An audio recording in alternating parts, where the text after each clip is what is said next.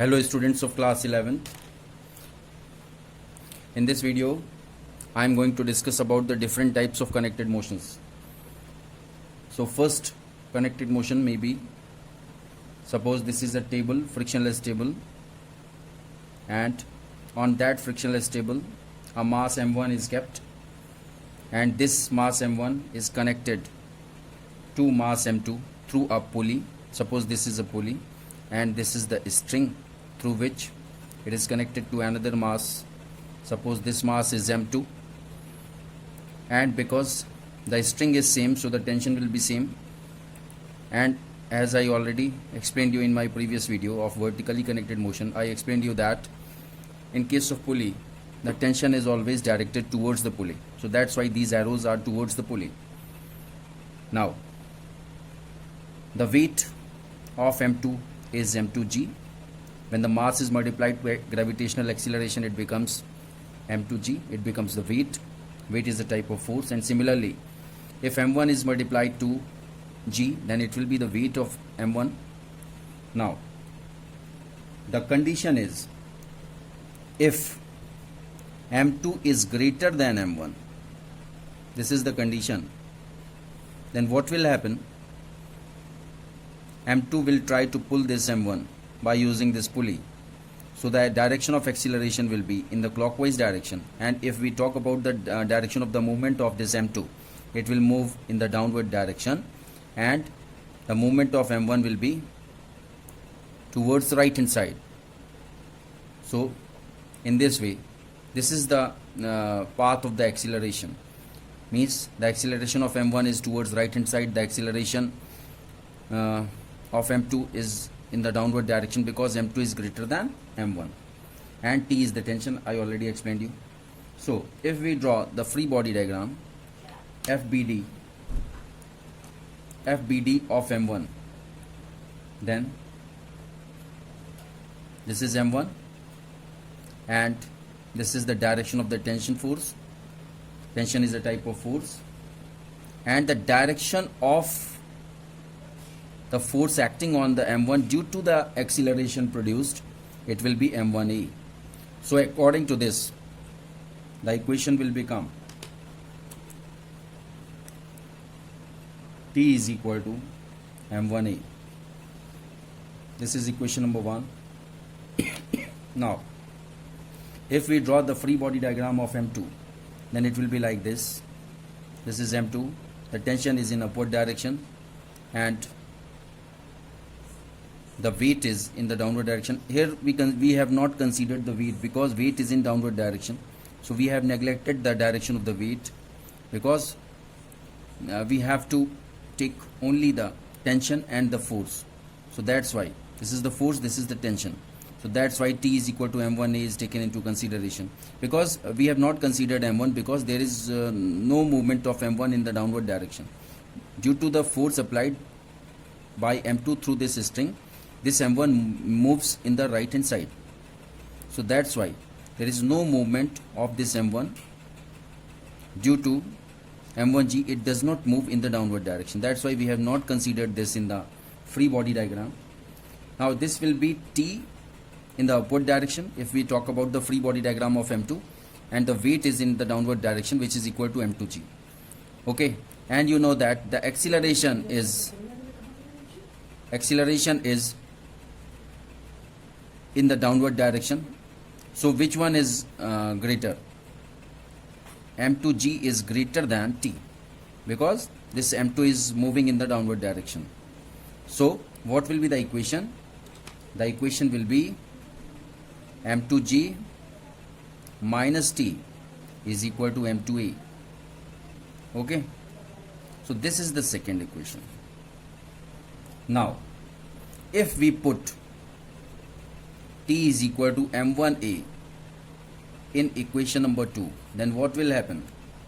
If we put this in equation number 2, then it will be m2g minus m1a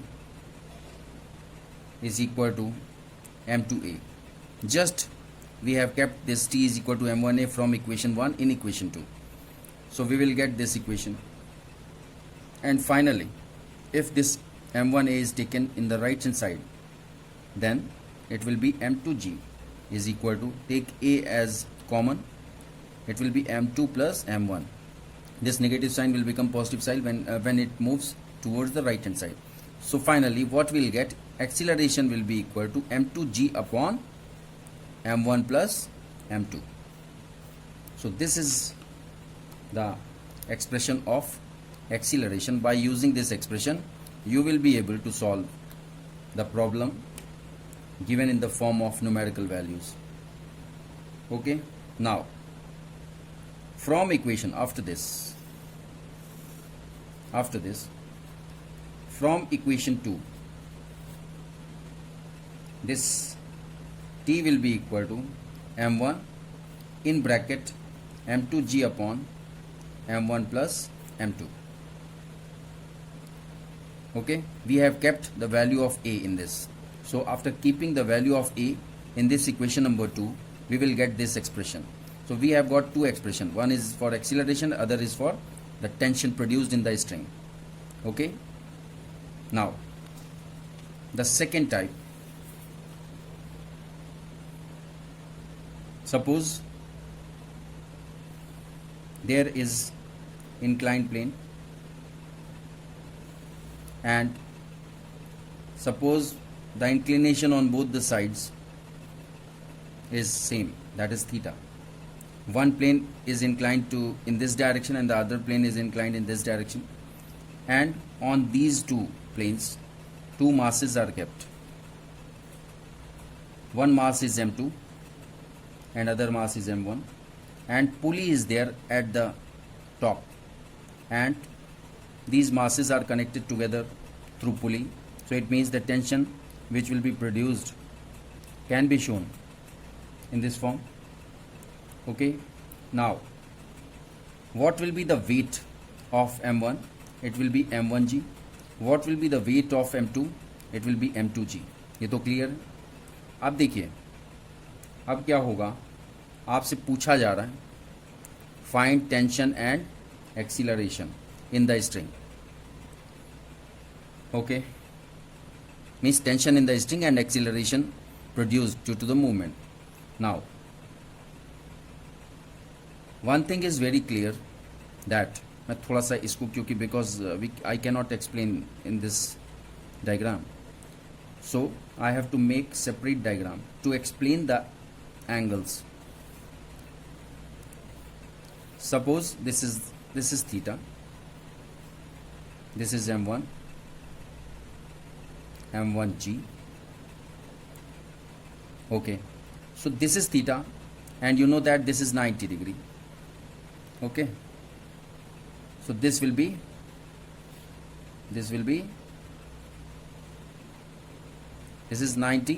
this is theta, then this will be 90 minus theta. If this is 90 minus theta, then if we split this m1g in two parts, means one along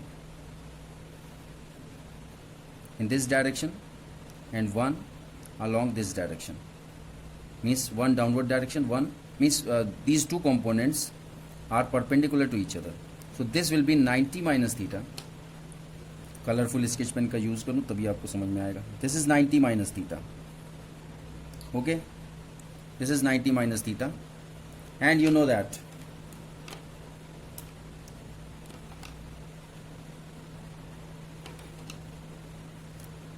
this angle is 90 degree. Because this is 90 minus theta and this angle is 90, then this angle will become theta. Okay, and if this become theta, then the component of m1g will be m1g cos theta. Because ये rule होता है कि जिधर angle होता है उधर ही हम cos का component लेते हैं. So that's why I have taken the component of in the form of cos theta as m1g cos theta, and the component which is perpendicular to this component will be m1g sin theta. So this is the direction, means we have made the free body diagram of m1 and the tension in the string is towards the pulley. And suppose, यहाँ पे आपको इस question में suppose करना पड़ेगा, let m1 is greater than m2।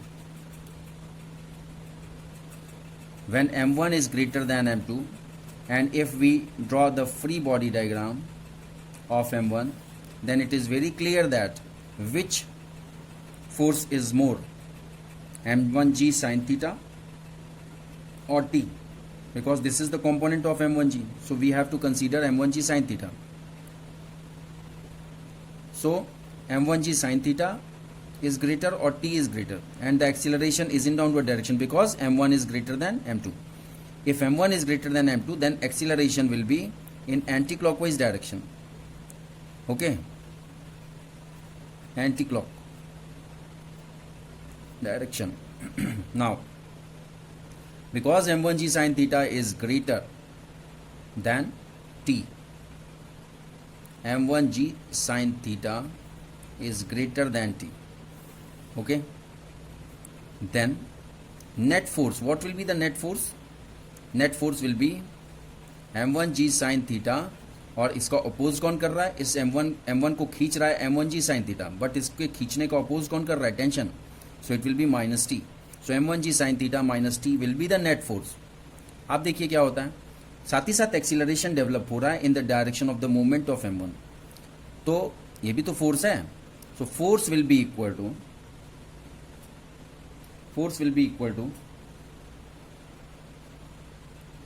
m2a, sorry m1a, because this is m1, so we will take m1a.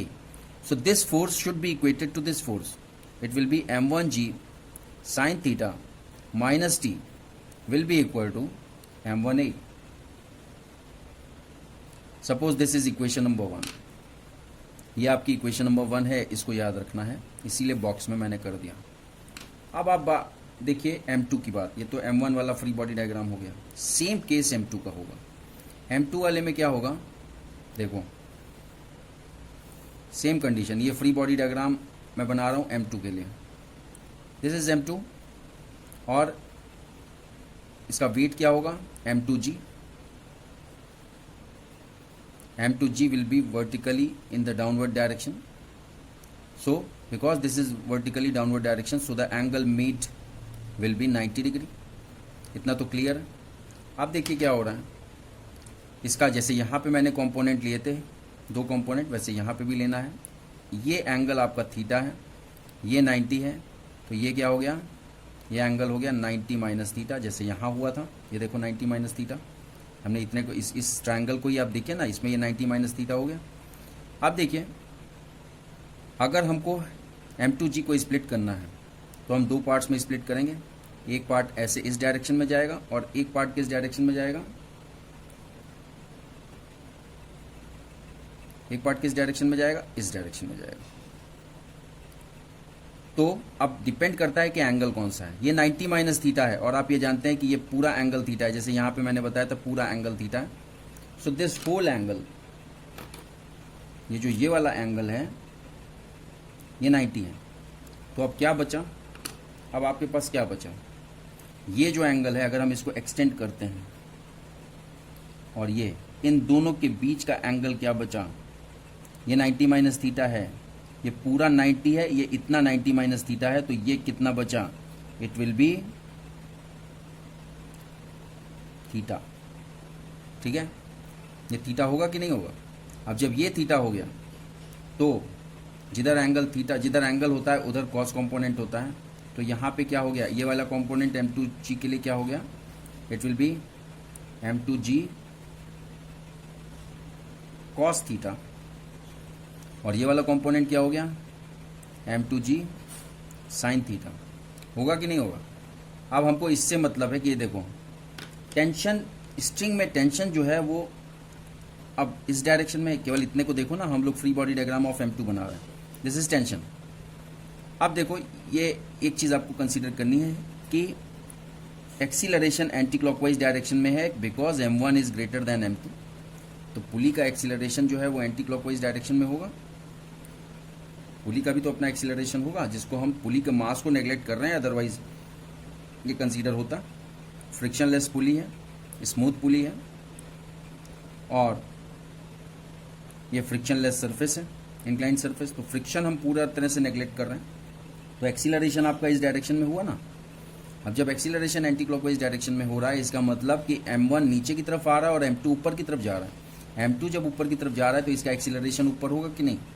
अब आपसे मैं क्वेश्चन पूछ रहा हूँ, अब जब ये m2 ऊपर जा रहा है due to the action of m1, तो t और m2g साइन थीटा, ये जो t है केवल इसको कंसीडर कीजिए और m2g साइन थीटा, इन दोनों कंपोनेंट, इन दोनों फोर्स को कंसीडर कीजिए। इन दोनों फोर्स में कौन सा फोर्स ग्रेटर है।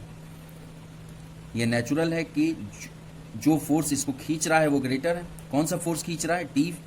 सो यहाँ पे एक लाइन खींच दें वरना कंफ्यूजन हो जाएगा। ये T is greater than m2g sine theta. तो नेट फोर्स क्या हो जाएगा, will be equal to T minus m2g sine theta. यही तो होगा। जैसे यहाँ पे हमने किया था net force m1g sine theta minus T, क्योंकि ये m1 को खींचने वाला जो फोर्स है वो m1g साइन थीटा है, जिसकी वजह से खींच रहा है। और इसमें और टेंशन में हमने कंपेयर किया था। तो जब इसमें और टेंशन में हमने टी में हमने कंपेयर किया तो m1g sine theta was greater than T, तो इसलिए m1g sine theta minus T किया था। यहाँ पे जस्ट इसका अपोजिट है, यहाँ पे m2 ऊपर की ओर खींच रहा है। अब जब m2 ऊपर की ओर खींच रहा है, it means the tension is more than, means t is more than m2g sine theta. So the net force will be T minus m2g sin theta. And what is the force which is acting on m2 in the direction of force? It will be m2a. So force will be equal to m2a. Okay. So these two should be equated. T minus m2g sin theta is equal to m2a. ये आपकी second equation आ गई। Okay, ये second आ गई, ये first आ गई। अब second को भी आप ग्रीन स्केच पेन से, जो मैं करता आया हूँ ब्लॉक में, इसको आप ब्लॉक में करिए। अब आप देखो बिल्कुल क्लियर है। अगर इन दोनों इक्वेशन को हम सॉल्व करेंगे तो ए भी आएगा और टी भी आएगा। कैसे, इन दोनों इक्वेशंस को अगर हम ऐड करते हैं तो देखो ये माइनस टी है, लेफ्ट हैंड साइड इधर का और लेफ्ट हैंड साइड इधर का, ये दोनों ऐड होंगे तो ये माइनस टी है और ये प्लस टी है, ये दोनों आपस में कैंसिल हो जाएंगे। जब ये दोनों आपस में कैंसिल हो जाएंगे तो जो हम यहाँ पे राइट हैंड साइड की बात करें, ए कॉमन हो जाएगा और ब्रैकेट में m1 प्लस m2 हो जाएगा। अब इसको हम एक्सप्रेशन को लिखते हैं। ओके, इसको लिखते हैं तब समझ में आएगा। देखिए m1g sine theta minus T, ये हमारी फर्स्ट इक्वेशन है। फर्स्ट इक्वेशन का लेफ्ट हैंड साइड, उसमें हम ऐड कर रहे हैं t minus m2g sine theta. ये पूरा राइट हैंड साइड हो गया। अब फर्स्ट इक्वेशन का ये पूरा लेफ्ट हैंड साइड हो गया। अब फर्स्ट इक्वेशन का राइट हैंड साइड क्या होगा, m1a, और सेकेंड इक्वेशन का राइट हैंड साइड क्या होगा, m2a। अब देखो यहाँ पे क्लियर है कि ये t प्लस माइनस है, कैंसिल हो गया। यहाँ पे क्या चीज़ कॉमन है, साइन थीटा कॉमन है और g कॉमन है। तो g साइन थीटा ये दोनों हमने ले लिया बाहर, और ब्रैकेट के अंदर क्या हो जाएगा, m1 माइनस m2, और यहाँ पे a कॉमन हो जाएगा m1 प्लस m2। तो फाइनली हमारा पर्पस है इसको सॉल्व करना। So it will be m1 minus m2 into g sine theta upon m1 plus m2। Okay, ये आपका एक्सीलरेशन आ गया। अब जब ये एक्सीलरेशन आ गया तो हम इसको ब्लॉक में कर सकते हैं। किसी भी टाइप का न्यूमेरिकल हो, अगर ये इस तरह से टू इंक्लाइन प्लेन वाला, तो इसी तरह से सॉल्व होगा। कॉन्सेप्ट को समझिए, सिर्फ कॉन्सेप्ट को समझिए। कॉन्सेप्ट समझना बहुत ज़रूरी है। न्यूमेरिकल चाहे जैसा हो आप सॉल्व कर लोगे। तो हमारा ये एक्सीलरेशन आ गया। अब अगर हम इस एक्सीलरेशन को हम इक्वेशन नंबर 1 में पुट कर देंगे तो 1 क्या है हमारा, mg sine theta minus T is equal to m1a। ये आपकी इक्वेशन नंबर 1 थी। अब यहाँ पे a की जगह अगर हम ये वैल्यू पुट कर दें तो क्या आ जाएगा, m1g sine theta minus T is equal to m1 in bracket m1 minus m2 upon m1 plus m2, take it in single bracket, out of bracket in numerator it will be g sine theta. अब जब ये आ गया, हमारा purpose है tension find करना, तो जब आप इसको सॉल्व करेंगे तो ये आ जाएगा t इज इक्वल टू ये टी उधर चला जाएगा तो हम ये पॉजिटिव हो जाएगा, और ये वाले सारे एक्सप्रेशन इधर आ जाएंगे तो ये नेगेटिव हो जाएंगे। It will be m1g sine theta, it will be m1g sine theta. देखो क्या कंडीशन होगी यहाँ पे, जो t is equal to m1g sine theta हमने लिखा है, ये इन दोनों में कॉमन हो जाएगा। अब क्या आ जाएगा, जब आप इसको सॉल्व करेंगे तो फाइनल एक्सप्रेशन मैं लिख रहा हूँ 1 minus m1 minus m2 upon m1 plus m2, ये इस तरह से ब्रैकेट में आ जाएगा। अब जब आप एलसीएम लेंगे तो it will be m1 plus m2, LCM हो जाएगा, और यहाँ पे क्या हो जाएगा m1g sine theta m1 plus m2 minus m1 plus m2, ऐसे आ जाएगा। इसको ऐसा वाला ब्रैकेट कर लो, क्योंकि मैथ्स के हिसाब से चलिए दोनों ब्रैकेट सेम नहीं हो सकते। तो क्या हो जाएगा यहाँ पे देखो m1 m1 कैंसिल हो गया। फाइनली आपका क्या आंसर आ गया यहाँ पे m1g साइन थीटा, और ये क्या हो गया 2m2 हो गया अपॉन m1 प्लस m2, और हम फाइनली इसको लिख सकते हैं 2m1 m2 g sine theta upon m1 plus m2। ये आपका फाइनल एक्सप्रेशन आ गया टेंशन वाला, ठीक है। अब ये टेंशन वाला एक्सप्रेशन आ गया। आराम से जो भी वैल्यूज दी होंगी विथ थीटा, थीटा भी दिया होगा बिकॉज इंक्लाइन प्लेन का क्वेश्चन है, तो ये आराम से आप सॉल्व कर सकते हैं।